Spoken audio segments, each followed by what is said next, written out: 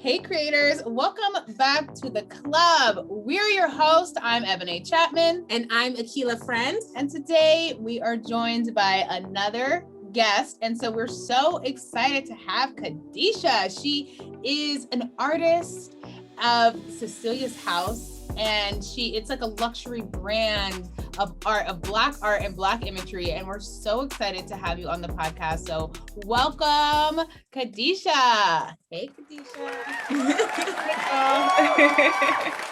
Yes. Kind of what Evan just jumped off saying. We love what you're doing. The CEO and founder of Cecilia's House.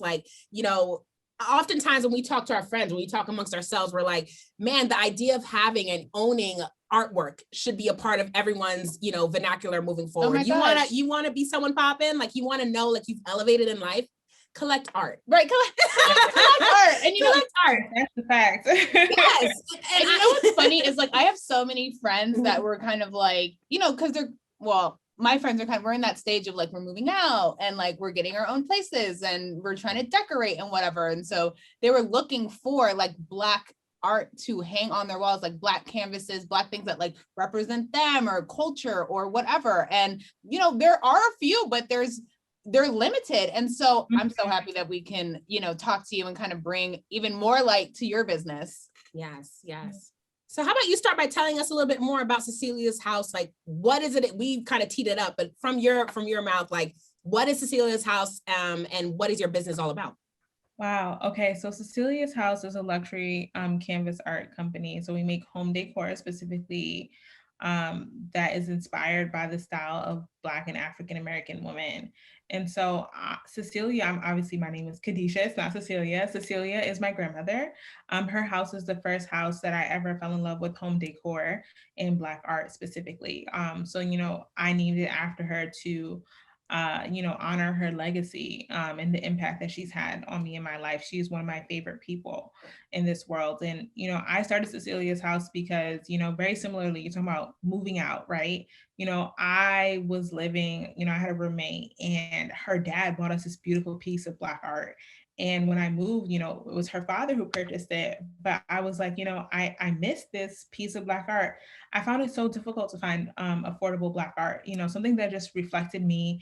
And I felt like, okay, it's me, I, wasn't making that much money. I was like, it's expensive for me to spend $100 on a piece of art, like one singular piece of art.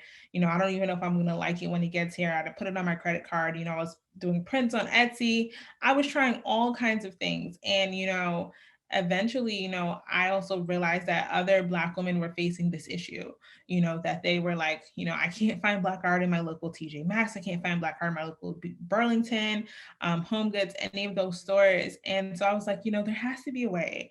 There has to be a way, for us to be able to access, Black art, something that represents us and that we can have our style, showcase our style, like, even this piece behind me, showcase that in our own homes and not be dependent on these companies and for it to be affordable as well.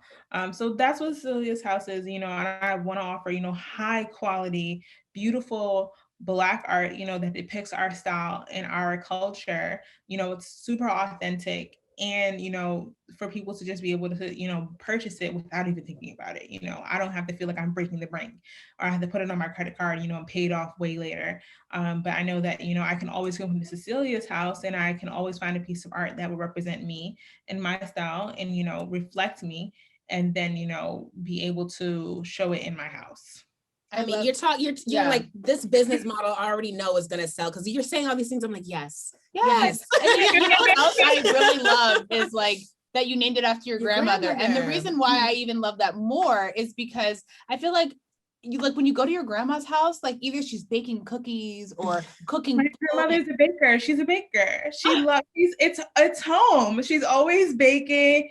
She's always cooking. It is a space where you feel the most at home. Like it's your grandmother's house, and Cecilia is my grandmother. Yes, I love that. Thank you for bringing that full circle for me, because that was literally like exactly what I was gonna say. So like it's true. Like your grandma is like your like safe haven, your energy, and the fact that you named it after your grandma, it's like yeah, like you said, I'm going that. to Cecilia's house to pick some art. I'm going to Cecilia's house to pick up some Black art. Yes. What were some of the artwork, if you remember, like, even if you can describe it, I'm so curious, that she has in her home? Yeah, so I think with my grandmother, it was really, more so like figurines, like, the little depictions of like, the families, like the Black Santa Claus. But with my grandmother, she's the kind of woman you walk into her house, her curtains, she always has curtains. There's curtains for every single season. There's curtains, gold is her favorite color, and she loves rings, like rings and diamonds. She always, anytime she's dressed up, we'll tell her, okay, Granny, you're blinged out, rings on every single finger.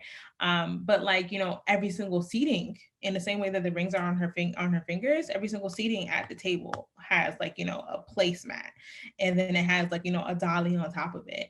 And so, inside of her house, whenever you walk into it, it's always made up. It's always, high quality decor. And she's not, a woman who, she doesn't even have a high school degree, right? She immigrated to the United States from Barbados, and, she works like a pretty low wage job, and she always makes sure that no matter what, her house is always in order. It always looks beautiful, it always feels welcoming, it always, has a certain aesthetic to her. It's an aesthetic that represents her. And it's funny because she also told me that, she got that from her godmother. So she would always love going to her godmother's house, and her godmother always had her house made up. So she made sure that, in the same way that I love my house, like you see this decor behind me, I make sure my house is, made up in the same way that her house is made up. She made sure that her house was made up in the same way that her godmother's house was made up. Yeah.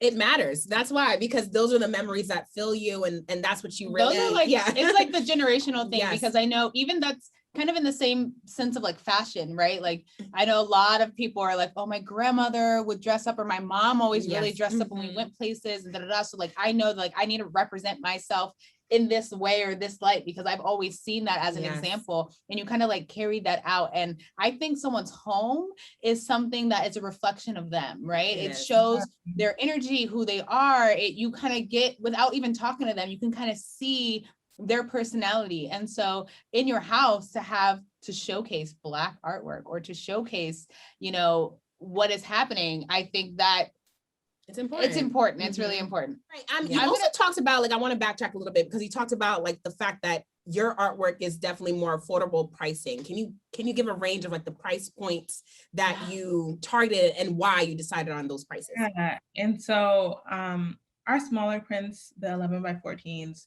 they're $29.99. The larger prints, 16 by 20 inches, those ones are $39.99. And some of the more popular pieces, they range around $49.99. And so I made those price points because, usually, and I think about this as I'm a marketing strategist. Well, like outside of Cecilia's, I'm a marketing strategist. And I think about the fact that like when I walk in TJ Maxx and Home Goods, right, and I happen to see a piece of Black art, right? It's a rare occurrence, right? It's like a treasure hunt. I specifically, the prices are pretty low, and I wanted to be like, okay, it's a low price, not so low that it's like, oh, I don't have to think about it, but so that it's affordable, so that, if you're a woman like my grandmother who has a job that's, not paying you probably more than $20 an hour, that you can see this piece and you can say, okay, I can afford it. I can afford this. I can invest in it. It's not a piece that's over $100. It's super expensive. Like I want Black women, of all socioeconomic backgrounds to be able to afford it, to not even have to think about it, because that is what we deserve, right? We deserve to be able to have a space that reflects us, to have art that reflects us. Black art, I would say traditionally, when you're buying from an artist, right? I have pieces that, because of my love for Black art and me wanting to have things that reflect me, I've commissioned pieces. I'm fortunate, when I was fortunate enough to be able to do that for my friends. And it's pretty expensive, upwards of $100. Not everyone has that money to be able to spend it, but with Cecilia's house and the discounts that we offer, you're able to buy like about 3 different pieces for $100. How amazing is that, right? Like you can create a mini gallery wall, $100, maybe, when you get $100, a couple months later, something to spare, you can add 3 more pieces. And that is a beautiful thing. Like, you should be able to see yourself reflected in your space. And so that's why I chose to make the pricing like that. I want every single woman to be able to access Cecilia's house and not have to think like, okay, this is something that I cannot afford and I have to wait for it and, month over month over month over month, because, it's really, inaffordable, and I feel like I don't deserve it, but you totally do deserve it. And I think everybody should be able to access it. That's really, I think that's really because thoughtful. furniture in your house and is it's expensive. Like, it's expensive. It is thoughtful. Yes, but it's very thoughtful and it's very strategic. And I love that you are using, it sounds like, your background in marketing strategy and applying it to your own business. Like, how else do you do it besides pricing? Because, it's one thing to say, I'm creating Black art, I have this business out there, come buy from me. But there's a lot of people doing or wanting to enter the space. But Cecilia's house seems so different and seems so, effective. And I think it's key because of the marketing. So share a little bit of gems and things that you've been doing to really make sure that Cecilia's house is like top of the map. Yeah. So I would say, like, as a marketing strategist, right? Marketing is all about psychology. The first thing that I do, when thinking about Cecilia's house is, okay, psychology, Black women, that's my target market. Like, I made this for Black women, this is a product built for Black women. How do we purchase? What are the things that I think about? Like, okay, what are the things that make me purchase something? Is it a recommendation from a friend? Is it seeing an ad on social media? Is it from a Google search ad? Different things like that. And so, I think very deeply about, what makes us purchase things and, what are the things that, make us feel trust in companies, because there's so many companies, right, that are out here for the Black dollar. There are, some of the art that you can find at TJ Maxx, Burlington, Home Goods, all of those, they're made by companies and they're not Black women, right?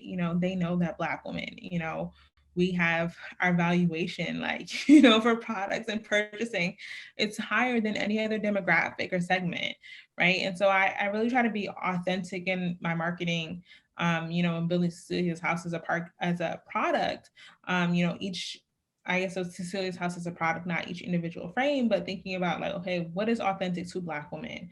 How do we receive things? And, how can I show that, like, okay, this is made by a Black woman for Black women?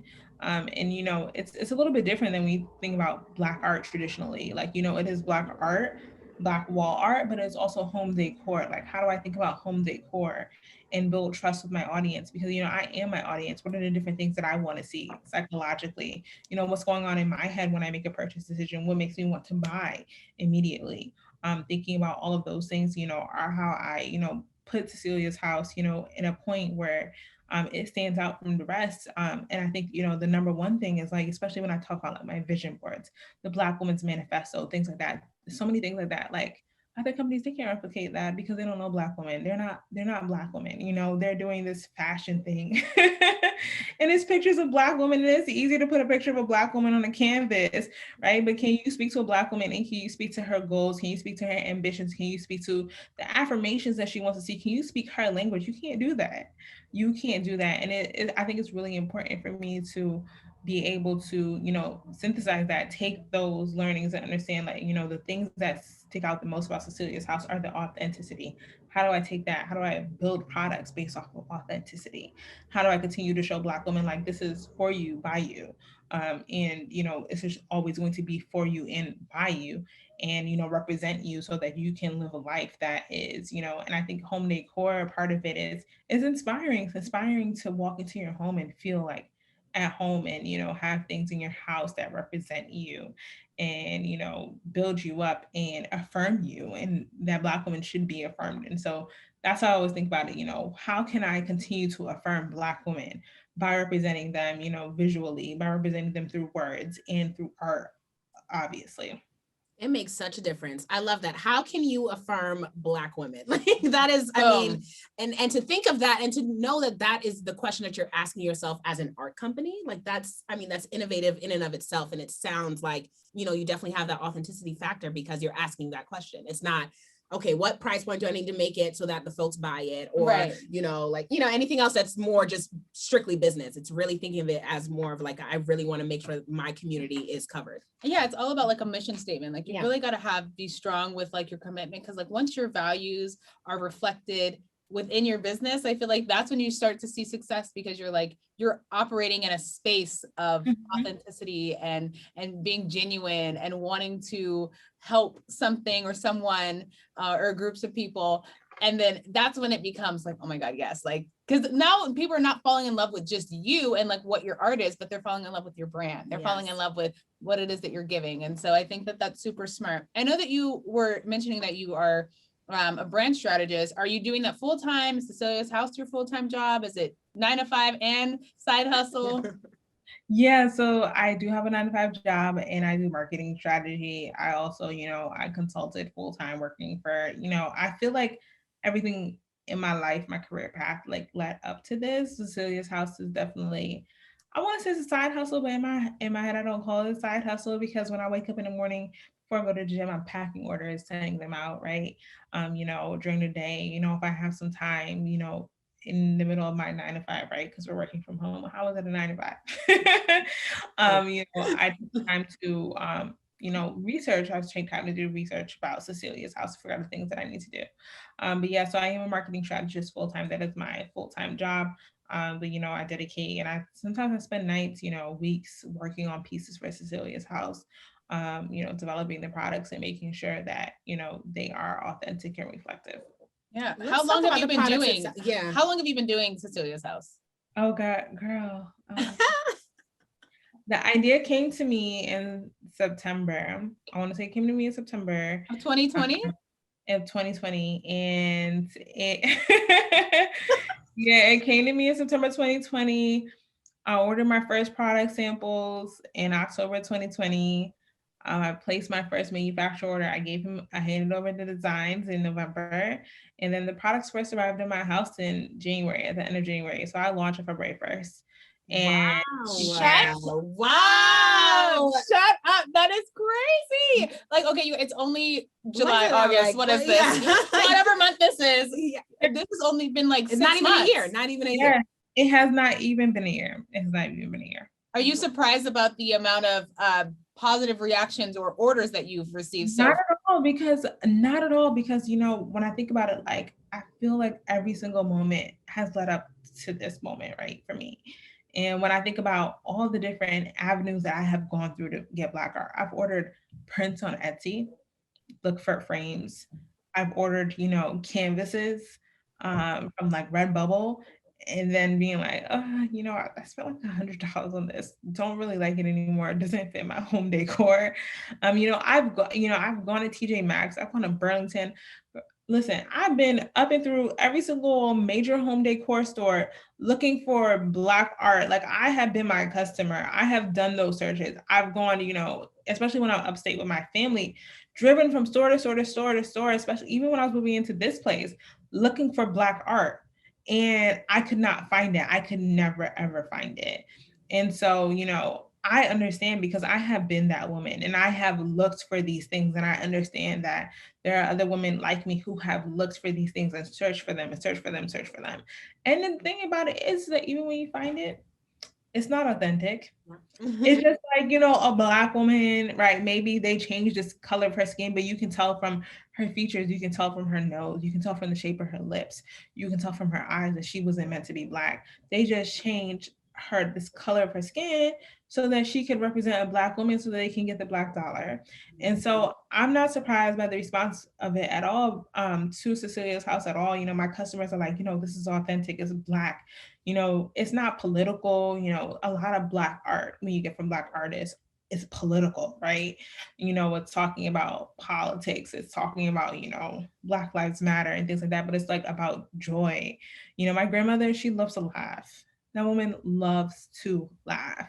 And so much of it is about like, one of our pieces, Sister Friends, it's a group of Black women just laughing together. And so, I'm not at all surprised, because it's also representing Black women in a way that they're not traditionally represented. I can tell you, if you go into TJ Maxx right now, say that you do, and you happen, right? You just happen to find a piece of Black art. Probably gonna be a Black woman. She's probably gonna have an afro. Probably gonna have some kind of flowers in her hair, some kind of gold foil. She gonna have like a head wrap or something like that. But like, I don't walk around looking like that, you know. Like, You know, I have right. like my bamboo earrings too.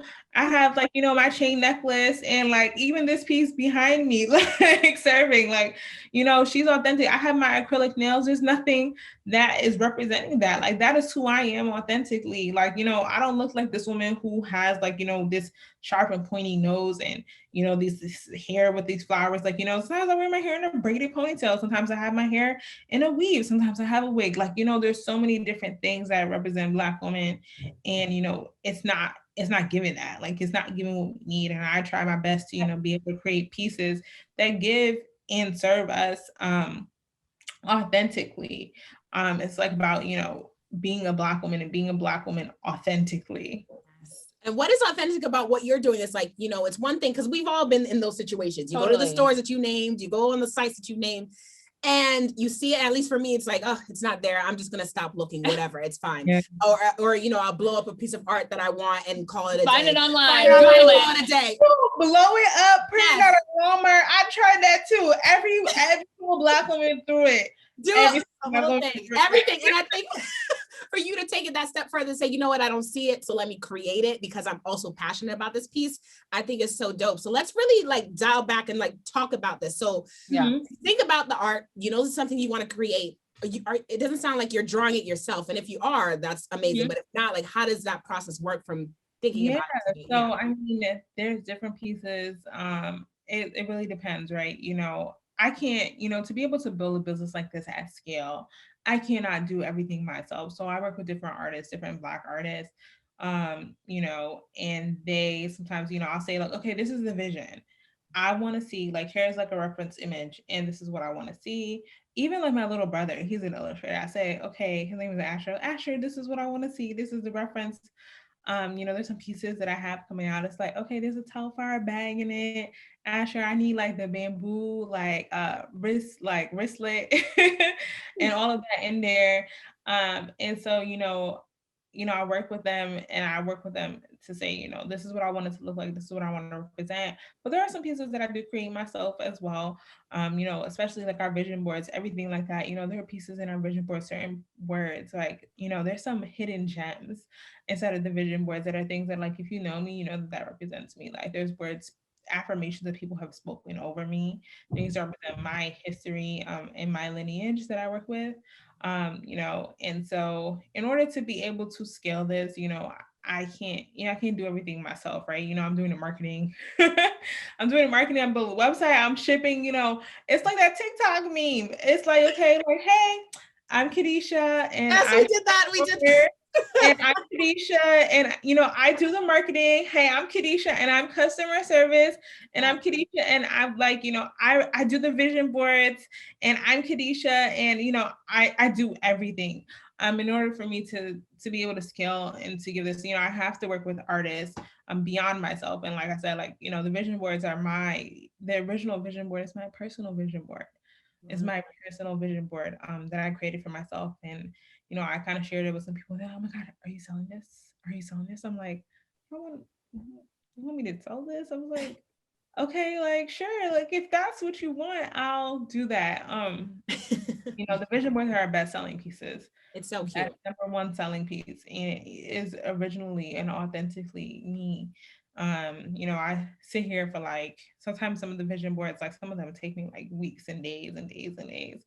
And, you know, that process is like, okay, with my original one, it was easy because I knew what I wanted to represent for myself. But then as I wanted to, like, you know, expound upon that and, you know, continue to create things that are authentic to, you know, who we are, you know, texting my friends, I mean, they're so sick of me. I'm like, hey guys, like, you know, look at this vision board. What do you think? Like, what do you think about these things that I have represented here? But a lot of it is, you know, inspiration, words, things that come from friends and family, things that people have said, you know, spoken life over me, affirmations and things that kind of represent, you know, who I am and who I want to be as well.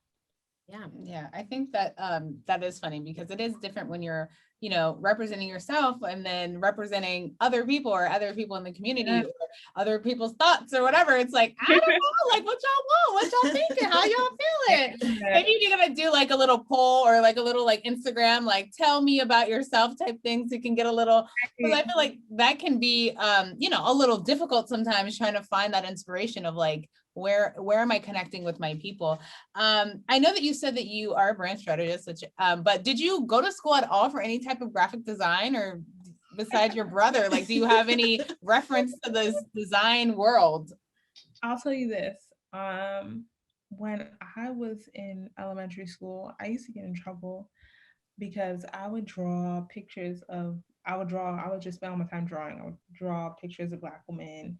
I had my fifth grade teacher literally took my binder and scanned it and sent it home to my parents in like this envelope. I'm talking about like an envelope, right? Of everything that was in my binder of how I would spend my time drawing pictures of Black women in like, you know, in the middle of class when I was in fifth grade. And so, you know, I think that that specifically, you know, trained me in my mind. I was probably like 11 then. Okay, this is not something that you should be doing. I went on to do like a lot of writing, more conceptual things.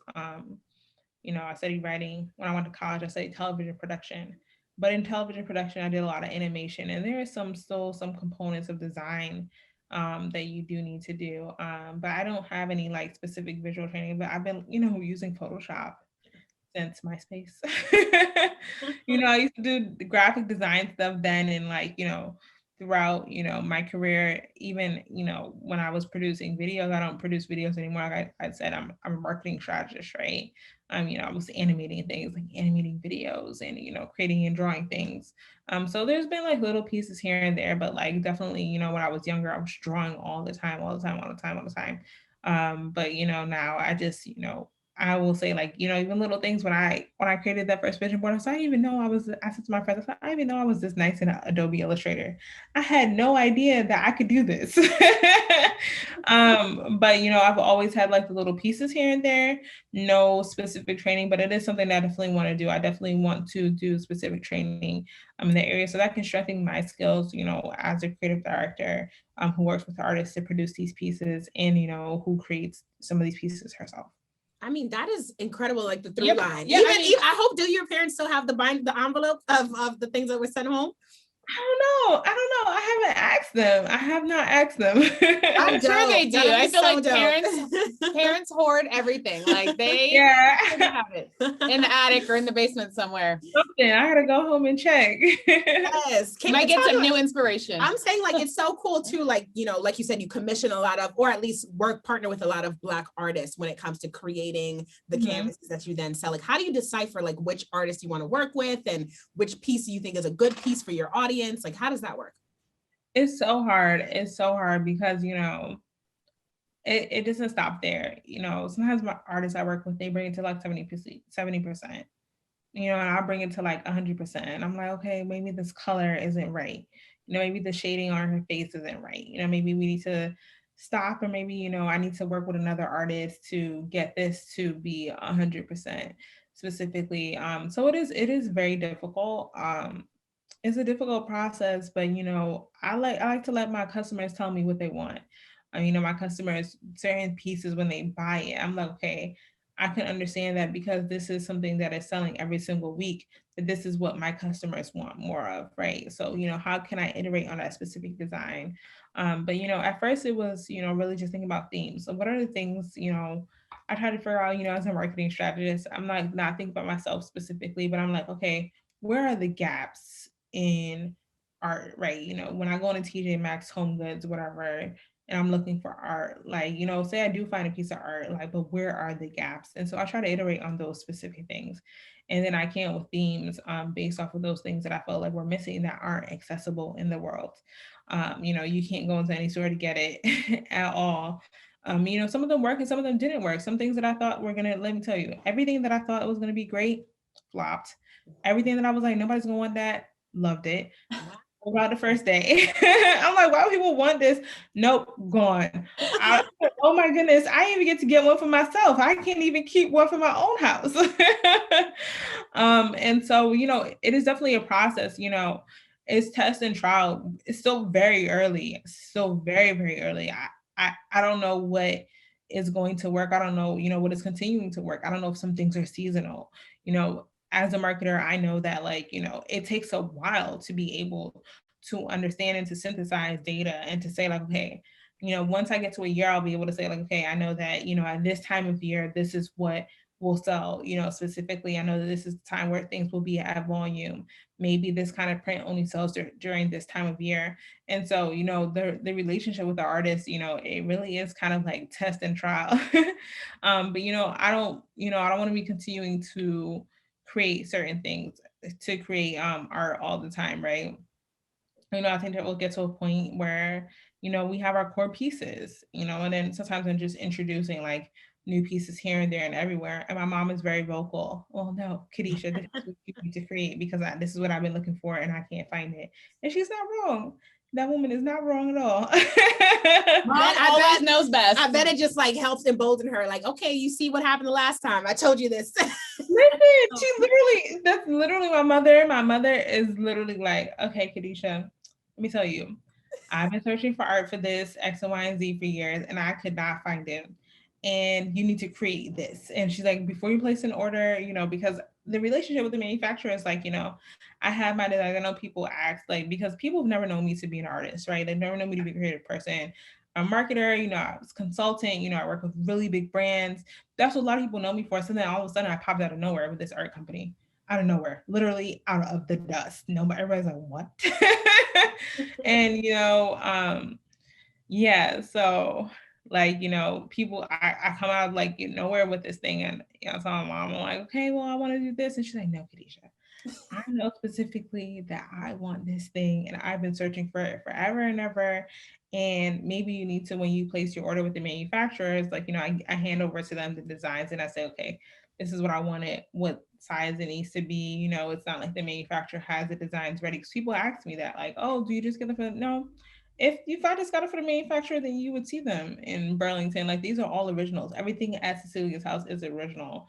So, when I talk to my manufacturer like almost every single day. Like, we're joking all the time. And, I'll tell him like, hey, this is, what I want to order. Maybe I'll just order like a certain amount, different things like that. But, I'm always wants to look it over too. How do you determine the manufacturer? Like you said, you have a good relationship with them, but I feel like in any product-based business, that manufacturer is key. How did you determine like this is the one that I want to move forward with, and what were their skills? And so like, you see what happened with Brandon Blackwood on Twitter last week. It is so important. And, I have a business advisor, and he said to me, he was like, if you really want to scale this thing, you need to go to China. And you need to actually sit down and meet with your manufacturer. You need to understand what they do, what their facilities look like, what their capabilities are like, what can they do?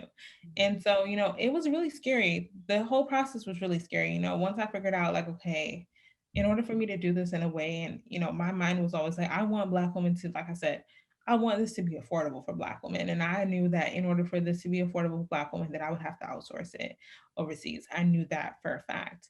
And so, there's a process, like, you talk to different manufacturers and you just kind of see, you have to double check, like, okay, they tell me that it costs X amount to ship this here. Let me double check and do my own research. Is this really what it costs? Why is it so expensive? Da, da, da. And I would say like, it's expensive. You have to order samples. You have to order samples, send them test designs, and see, what their capabilities are. And so I ordered samples.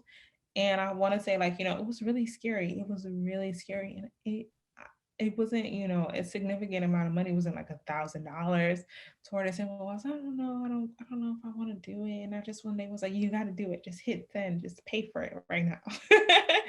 And so, I paid them for it.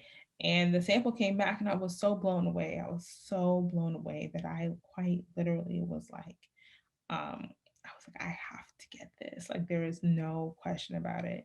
And so, you have to, I think, for future business owners, people who are thinking about getting samples from overseas, like, it's going to cost a pretty penny. It's going to cost you a pretty penny.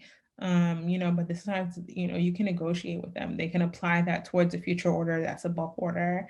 And I really, it is a process, very specific process, because you don't know how to trust them. When the day that my art showed up at my house, I was like, oh, it's here. I almost believed that it wasn't gonna come. It's been 2 months. Why is it still not here? But yeah, so that's what the process is like. That's interesting. So does it always take 2 months to get art back? Yeah, so and it depends, I was listening to a Tory Burch masterclass a couple of weeks ago, and the woman who was speaking, she was like, you have to refresh your manufacturers all the time. Refresh them all the time, because your needs will change. And I talked to my business advisor about, okay, what do I want to do? Do I want to be able to be in a major retail store? And he was like, can your manufacturer even handle that? It was like so what about this? I was like, huh? I was like, I have no idea if they can handle that.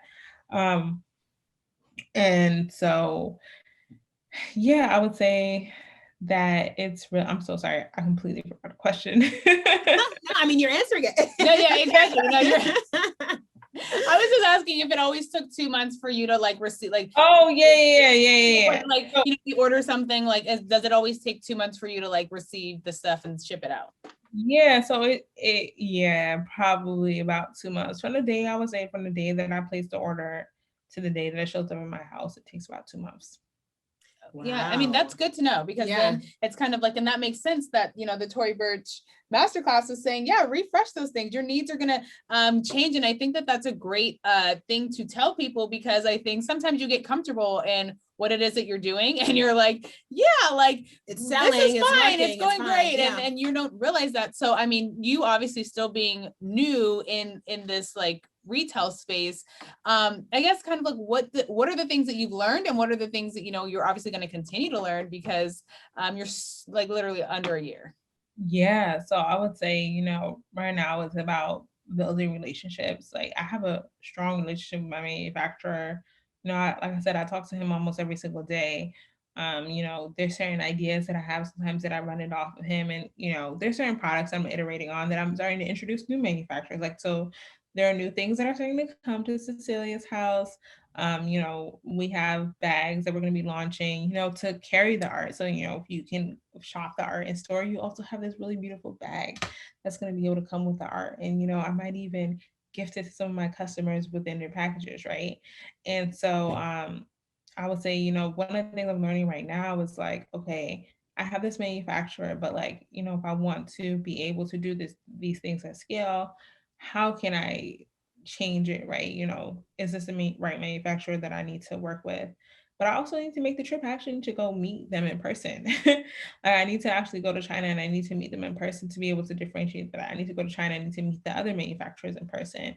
I think it really depends on, what the on what is happening in the world, and also like thinking about, okay, as the end of the year comes, that's actually going to be the time that I get to learn, right?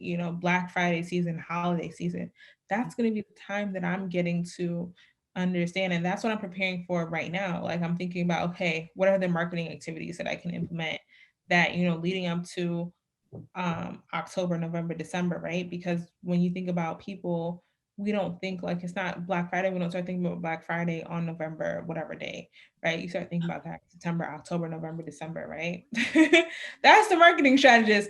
You think about that September, October, November, December. So how can I influence those things, influence purchase behavior beforehand? How can I lead that out, in August? What are the activities, right? Because right now everybody's outside. We outside, like, I'm outside enjoying life. I expect that there's going to be a downfall in sales, while everybody's outside. But once it starts to get cold, people are going to start to like, okay, say, okay, it's cold outside. Maybe I'm spending more time inside my house. You're gonna start thinking like, oh, maybe I should finally do this thing that I meant to do. I didn't get to do it all summer because I've been traveling. We've been inside for like a whole entire year and a half, right?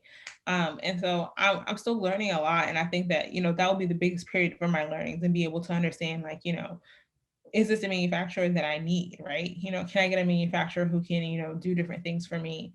And, you know, it's a two-way relationship. Like, you know, how can they service me? But like also I think about my customers. What can I do to make, you know, the customer experience better, right? It takes 2 months, like I said, 2 months from the day that I place the order for my products to the day that the product shows up at my house. You know, is there a way that I can cut down that timeline, you know, so that I can make my customers more happy, so I can deliver new products to them quicker, faster, you know, that I can be on the ball and, you know, there are less errors, you know, but there's errors all the time. We saw what happened with Brandon Blackwood.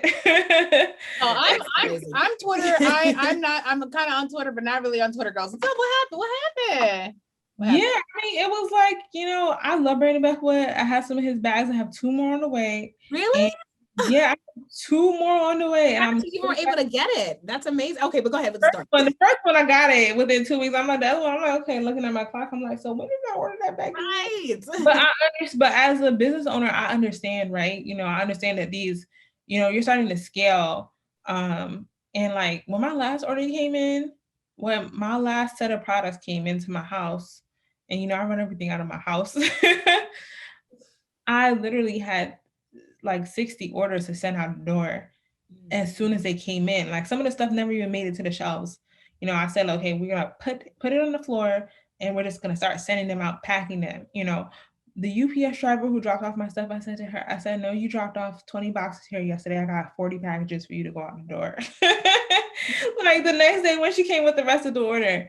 And so like, you know, with Brandon Blackwood, I think what happened was that, you know, some of the bags, they didn't necessarily meet the aesthetic that, you know, the people who purchased it wanted it to, but you know, it is a hard relationship to have with a manufacturer, right? You know, when you scale, you know, you can't do everything out of your house forever. So then you have to go to a fulfillment center. So say you order your products, right? And it's supposed to look X amount of way. I don't know, you know, I don't know the back end of their business. So I'm just thinking about it from, you know, perspective of what I know, the little that I know. You know, say that they have an overseas manufacturer, it ships to the distribution center. You as a business owner, you don't get to quality assure that stuff, right? They just gonna take it out. Okay, this is the SKU number. Cool, putting it inside of the box and sending it out. That's why sometimes you get things in like, you know, they're broken, slightly damaged, something like that. And it's not exactly like the business owner's fault. And we need to give grace to Black business owners because, you know, he's scaling very quickly. And I know from like, you know, my last order that it came from a distribution center. I could like, you know, now I can read the label and I can see like, okay, this is where this came from. But like, you know, they're not going to look at it in that specific way. They're picking, okay, cool. Like, you know, they're not just doing Brandon Blackwood, but they probably have 17 other clients, right? Inside of that storage facility. Grab it, put it in the box, ship it out as long as it gets there on time. They're good. You understand what I'm saying?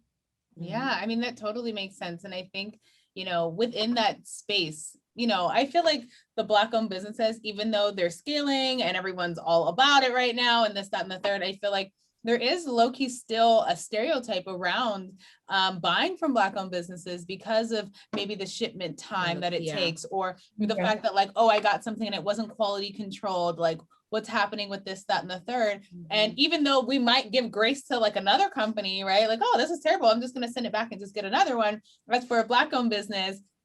People are a little bit more harsh. It's on social media. It's on social media and you're getting blasted. And at the end of the day, like may not have been your fault, but your name's still on it and attached to it like Blendon Blackwood. And here he is. Now he's having to do all this damage control to like figure out how to like satisfy these angry customers that are now blasting him on Black Twitter. So even though I know you're new, have you dealt with any of those types of customers that are kind of like complaining or this, that, and the third, or maybe did a Yelp review or something crazy?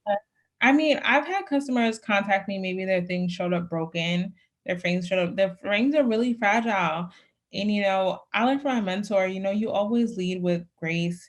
You always lead with, you know, empathy and compassion. And so I say to them, you know, usually, and I'm an empathetic person, you know, I'm really sorry. I know you're really looking forward to it, to this purchase. You know, what is there that I can do? Like, you know, I always allow them the choice, like, hey, would you like X option or Y option?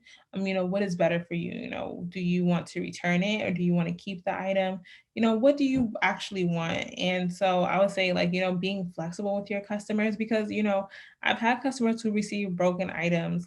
You know, maybe it was broken because, you know, I'm packing every single one of orders myself is broken by UPS, right? I ship with UPS and it's broken in transit And, I've said to them, hey, like, do you want me to replace it? Or would you like, just a refund for the item? Sometimes they say, like, I would just like a refund for the item because, maybe the damage is a little bit small, and they feel like they can fix it or something like that. Or sometimes they just reach out to me like, hey, I wanted to let you know that something was wrong with this piece. And so, like, there are, mistakes, that happen. And, I think just allowing people room for error is, on both sides, right? And just, being empathetic on both sides is really important. But I think that, especially when you have a really high value product, you want the best to show up at your house. But like, I think when you think about that as a business owner, okay, what are you including inside of the packaging? Do you have a card that says, a lot of the stuff that we get on Amazon, and you could probably relate to this, it says, okay, if you have an issue, please contact us directly. Don't contact Amazon, contact us directly. And so, like, inside of your packages, what do you have that is, telling the customer how to troubleshoot? Because what they're going to look at specifically is their order form, right? I have a little order form that comes in there, or, an email that comes afterwards that tells them, okay, like, if you have an issue, this is the things that you need to do, and making sure that the information is correct, printed correctly. And so I think if you think about leading with empathy, it's been some very small minor issues. I've never dealt with anything to the, point of Brandon Blackwood, and it's like my greatest fear. But being able to lead with empathy and, preparing for that, right? Saying like making the space feel welcome, making your company feel, open to conversations and open to, talking with your customers is, really, really important from the jump. And I think that especially in the Brandon Blackwell situation, what happened is that customers, they were upset because it's like, oh, I only have 48 hours. I only have 48 hours. I could be out of the country and my bag arrives and I come back home and it's been 72 hours and I don't have a choice, right? But like, you should lead with empathy. Like, we're all human. There's different things that go on, and you should like actually consider, like, is this realistic or not realistic? It's not about a bottom line. I think about, great companies, like, they're built on, what is the customer experience? Like, you're always going to go to, people walk into Mac and Sephora because, if you can walk in there any time of day, you can get your face beat.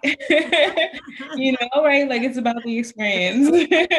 I think that it's definitely all of, like, for me, like, okay, like for Brandon Blackwood or for you or for any business, for me, I'm kind of just like, how are you going to handle it? Like, for me, I'm like, okay, you it's messed up, it's broken, it's whatever, but it's like the company's reaction to want to fix it or send it back or give options that really touches the customer to be like, okay, dang, like they're caring, they're responding, they're interacting, they're trying to solve the problem for me. And that for me, especially because you wanted the item, you wanted it, so it's not so that right there makes me want to feel like, yes, like I'm giving grace, I'm whatever you need, I can, let's figure it out, because they're also trying to work with you as well.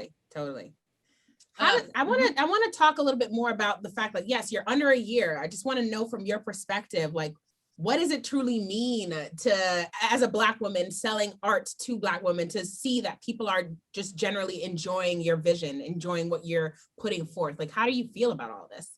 Yeah, it's so beautiful. I talk to my customers all the time. They text me on my personal cell phone sometimes. Like, they're DMing me on Instagram, like, hey, like, I just did this and this and this. Like, they're asking me to be ambassadors. And it is so beautiful. Like, the relationship that I have with my customers, I think is the thing that makes it the most joyous, and they're like always thanking me, like, thank you for creating this. Thank you for, being able to make this accessible for me and creating something that looks like me and represents me. And, for me, I think, even so early on, and, I'm still trying to figure out, how do I scale this and what are the things that I can do? It is so important to me that I can see directly that, my customers are excited. They really, really love the art pieces. Sometimes I have customers I know that I'm like, they buy like, I've had a customer who bought 12 pieces. I was on Instagram crying. I was, oh my God, this lady bought everything. She bought everything. I've had customers tell me stories of, oh my goodness, I have been looking for this for so long. I had my whole entire family running around looking for something like this and they can never find it. And then I found this. And that changed my business. I have customers who have my art up in their businesses. And it means so much to me. Because, you know, I created something that I needed. And it's something that, like, you know, I really was like, yo, there's no way. There is no way. You know, I'm such a Brooklyn girl. I'm like, yo, there's no way. No way. No way. Like, how did y'all, what? You know, like, this is crazy. Like, I'm like, what? Like, how has nobody figured this out? How has nobody done this for us? And, you know, I don't think anybody's really ever cared enough. And, you know, it just feels so good to be able to know that I'm impacting something that's bigger than me. It's not about me, right? Like, it's literally not about me at all. At the end of the day, it's about every single one of my customers, about the fact that, like, you know, they're like, you know, you have such beautiful pieces and I could just put it up in my house and I feel like myself, right? You know, elevates you, the space that you're in. Know, there's something about feng shui. I don't know like the nitty gritty about feng shui, but you know, I always love home decor, and I'm like, okay, especially during quarantine, I'm like, okay, the space that I'm in, I need to make it feel like home. And you know, what does feeling like home, you know, mean? Like, you know, is it affirming myself? Is it seeing myself? Affirming myself by seeing something that looks like me, something that represents the energy that I have, or the energy that I want to have, right? You know, the energy that I aspire to. And you know, in you know these few months, like just these, you know, almost 6 months, it's just like being able to understand and like the impact that I have had on women's lives. You know, them being, especially with the vision boards, I'm telling you, especially with the vision boards, and being like, I'm so busy. I can't even create a vision board, but I can just look at your vision board every single time and I see a different affirmation that I need to read. I see a different Bible verse that I need to read. I see something else that I need to see in that specific day. And being able to hear that and know how I have impacted people's lives beyond, you know, just in such a simple way. So they are so simple for me. It just means the world, and it means that I'm, you know, on the right path and that I'm fulfilling and walking in my purpose, you know, which is to inspire Black women to be more and aspire to be more and through things that they can see on an everyday basis. Yes, I think again, it's just powerful the fact that you noticed that. We all notice is the issue, but you decided to say again, like it's enough of an issue for me to say, let me see what I can do about it. Because literally, I completely agree with your customer base in my home right now. Like I literally have 2 frames and one is still blank. I moved into this place nearly a year ago and it's blank because I'm like, I'm about to go to Cecilia's house, clearly. It's blank because I'm like, I could not find the frame or the photo that I was looking for. The other art I blew up from what is it called? There was a book, I think The Art of the Vanguard or something like that.